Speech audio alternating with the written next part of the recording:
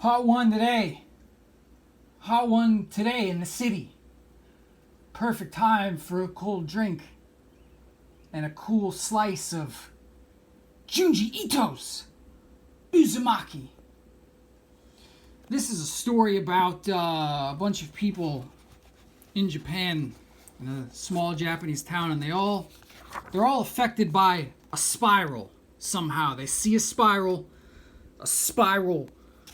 grows out of their forehead. They turn into snails. A whole bunch of wackadoodle stuff. A whole bunch of disjointed stream of consciousness. That's spooky. Look at that. Spooky spiral stuff. You know, the word Lovecraftian gets thrown around a lot, but this is one of the few things that sort of rises above just, you know, when people usually say something's Lovecraftian, a lot of times a lot of people, they'll just mean aesthetic wise, you know, there's tentacles and slithery stuff, but this one has a very bizarre sense of dread, a bizarre sense of just things aren't right that typically you don't find in your average horror spook fest. So this is a book that for me was very uneven. It's very strong in the beginning, and by the end I was just like kind of wanted it to be over. Kind of thought it went on way too long. It's a thick volume. One of the things that I've noticed with manga or anime is a real problem with bloating. I was watching years ago. I'd watched Death Note, and it was the same problem of like it's a tight, fun story in the beginning, and then at some point it just fills up with a bunch of other stuff. And this is something that just really, in my opinion, I don't want to accuse it of the same sort of thing, because when I think of typical anime bloat, it seems very cynical to me. Like some sort of executive is like, okay, we gotta have Goku with the spirit bomb for 5 to 10 episodes, and I don't want to accuse this guy of that level of cynicism, but you have to wonder. So in the beginning, and here's another thing. Here's another thing that just with mysteries in general, mysteries are the beginning and the when you don't know what's going on, or when you're sort of lost through the woods and the story seems so full of potential, the story is always better. And by the end, I don't think there's anything especially revelatory in this. I don't remember if there's any specific answers to why there's any sort of spiral that's going on, but the worst part of a mystery is usually the conclusion, where it's like, oh, this was going on, you know, it's the thing that you imagined is often better than what the story ends up giving to you. But so this starts off like real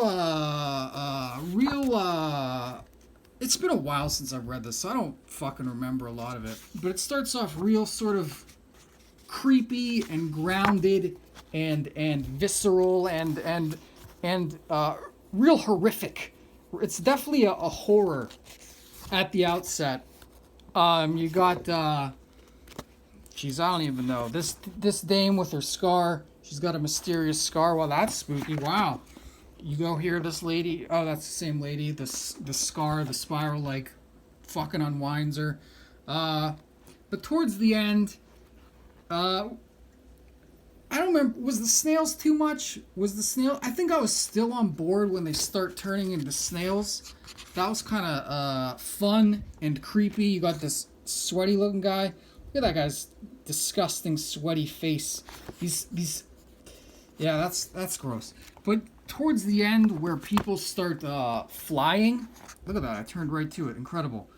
When they start like getting tornado powers and flying around, that's when the story kind of loses me and just sort of becomes too unwieldy. It sort of sheds the creepy atmosphere for just a full tilt goofy goofball thing, which is fine. It's certainly It's certainly interesting. It's certainly something unexpected, but it just doesn't have the same draw for me as in the beginning. I really like the art. Obviously, I like the real. That's kind of creepy. That's fun. I like the real detailed, scratchy style. I like the. I think his figures are a little stiff, maybe. But I like the when he hammers home on the creepy detail and the light and shadows, and when he I don't know, that's fun. I like that stuff. I like when he goes hog wild. Here he is going hog wild, just like scratching away at his pen or whatever. That's some good quality stuff. Really like that. The book has a very episodic feel, like might not have, I don't know the background of how he wrote it, but it seems like something he might have just one episode after another comes out, whatever the fuck, in Shonen Jump. Did it come out in Shonen Jump? What's the other one? Where was Akira? I don't remember. Shonen Jump month after month, and they're all very like sort of in the same world of the same concept, but a lot of different stories involving the spiral. I didn't like it as much as Gyo.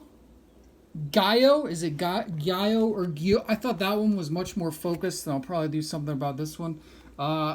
This was my intro to Junji Ito. It's probably the one that people talk about the most. It's probably his best known, or at least most talked about story.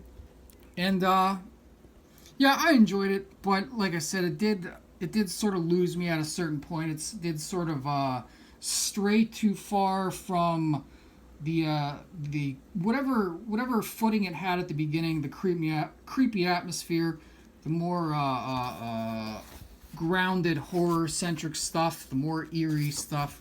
Sort of got away from that into weird anime stuff. But yeah, okay, fun stuff, good stuff. Junji Ito's UZUMAKI. Oh yeah. Oh yeah. Check it. Oh yeah.